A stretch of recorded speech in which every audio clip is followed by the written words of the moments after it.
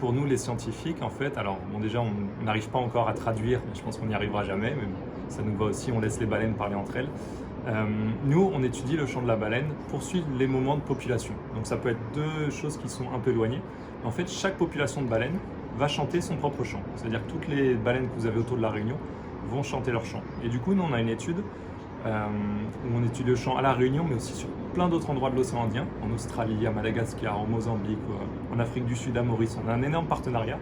Et tous nos partenaires, ils enregistrent chacun leur saison baleine. Et moi, après, je récupère à Globis tous ces échantillons.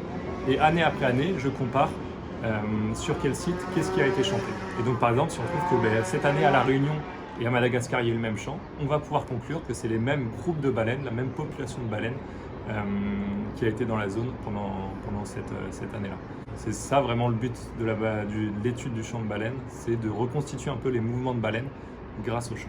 Alors on a vraiment en fait des années différentes. On a eu des années, typiquement en 2018, où il y avait les baleines de La Réunion et de Sainte-Marie qui étaient en Madagascar, qui étaient ensemble.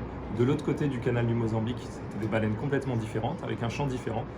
Et l'année suivante, par exemple, on a eu toutes les baleines dans la zone, dans tout l'océan Indien, qui chantaient le même chant.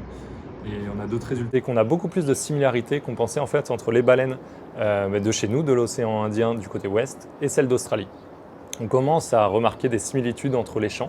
Et donc ça voudrait dire qu'en fait, il y a beaucoup plus de liens qu'on pensait entre ces populations de baleines et les populations australiennes.